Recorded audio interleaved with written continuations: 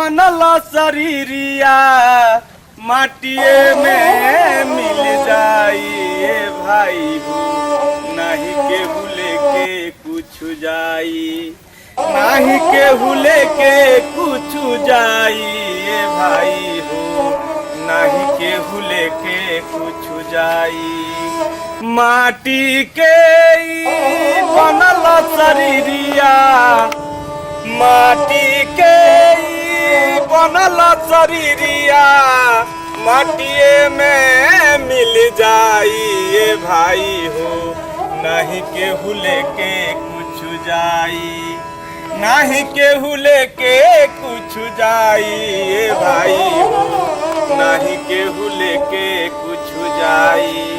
माटी के ई बनल शरीरिया माटिए में मिल जाइए भाई हो, नहीं केहू लेके कुछ जाई।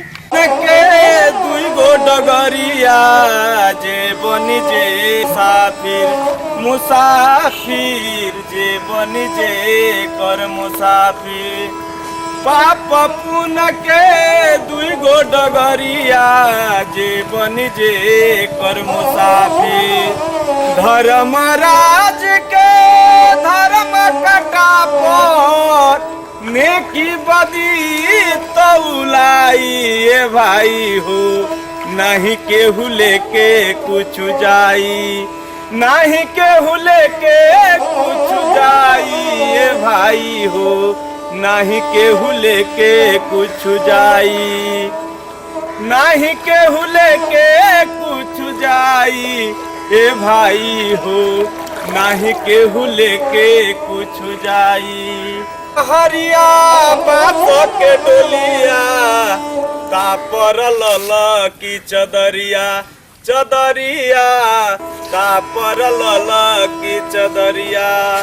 चार गो कहरिया बास के डोलिया तापर लल की चदरिया। सोना जैसन देह के अगिया, सोना जैसन देह के अगिया, देला राख बनाइए भाई हो, नहीं केहू लेके कुछ जाई, नहीं केहू लेके बनल शरीरिया माटिए में मिल जाइए भाई हो, नहीं केहू लेके कुछ जाई, नहीं केहू लेके कुछ जाई ए भाई हो, नहीं केहू लेके कुछ जाई। माटी के ई बनल शरीरिया माटिए में मिल जाइए भाई हो, नहीं केहू लेके कुछ जाई, नहीं केहू लेके कुछ जाई ए भाई से तो सब पूछे जब कहाँ घर हुआ के। हां बाबा खइले पिलो बानी कि ना पूछाओ। चली चली बाबा इतना कोरोना में आइल बनी कहां से घूमते घूमते बाहर सब आवत है। चल चल बोल लगा नहीं बाबा। खुश रहो बच्चा, बाबा नहीं बाबा खुश रहो बच्चा, बोल लगा नहीं बाबा। राज भोग बाबा खुश रहो बच्चा। कहां से आते बाबू जोगी के कोनो घर द्वार ना होला, जहे सांझ उहे बिहान। इतना काम में धूप में जोगी के घाम और धूप और रात और दिन से का मतलब बा बाबू। बैठी आसन लगाई तो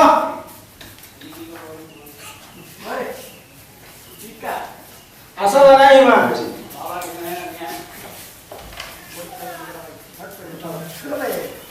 बाबा राव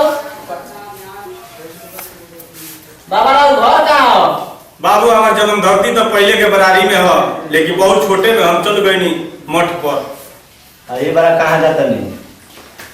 ये बार कोरोना के महामारी से बाबू आई बाढ़ के वजह से मठिया हमार पानी यहाँ लाग गई मठिया में, तो कहनी कि सपना में देखनी है कि हमार घर द्वार याद पर हुए, तो हम कहनी कि चली घर घूमत घूमत तनी अपना गांव नगर से भेंट मुलाकात कर ली। शादी के लिए मैंने मठ पर से बड़ी दूर से हमने का लाल सलाम बाबा ने कुछ लिया था। बाबू प्रसादी तो इन्हें होके के चाहिए। एकरा के तीनों जना बांट के खाली हलो। बाबा ठीक बा। हम संतू भोजपुरिया चैनल के माध्यम से रउआ लोग के सेवा में कॉमेडी ई जोगी वाला लेके आइल बानी। रउआ लोग देखी लो और एकरा के आगे बढ़ाई लो और ऐसे ही प्यार दुलार हमरा पर बनौले रही लो और एकरा के लाइक सब्सक्राइब करे के ना भूलेम लो। और जय हिंद, जय भारत, जय भोजपुरिया समाज। और रउआ लोग कॉमेडी के आगे बढ़ाई और